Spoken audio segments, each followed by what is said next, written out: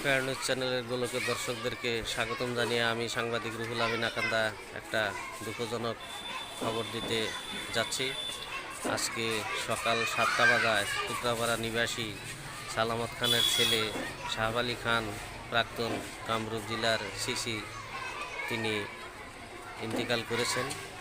তিনার জানাজা জোহর নামাজ বাদ হবে।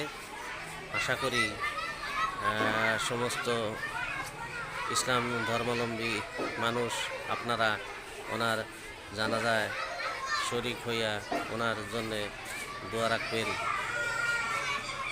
আপনারা যে এই খবরটা আমার এই চ্যানেলের মাধ্যম যোগে পাবেন, আশা করি আপনারা শেয়ার করবেন, আরও অপর ভাইদেরকে বেশি বেশি করিয়া এই জানাজায় যোগদান করার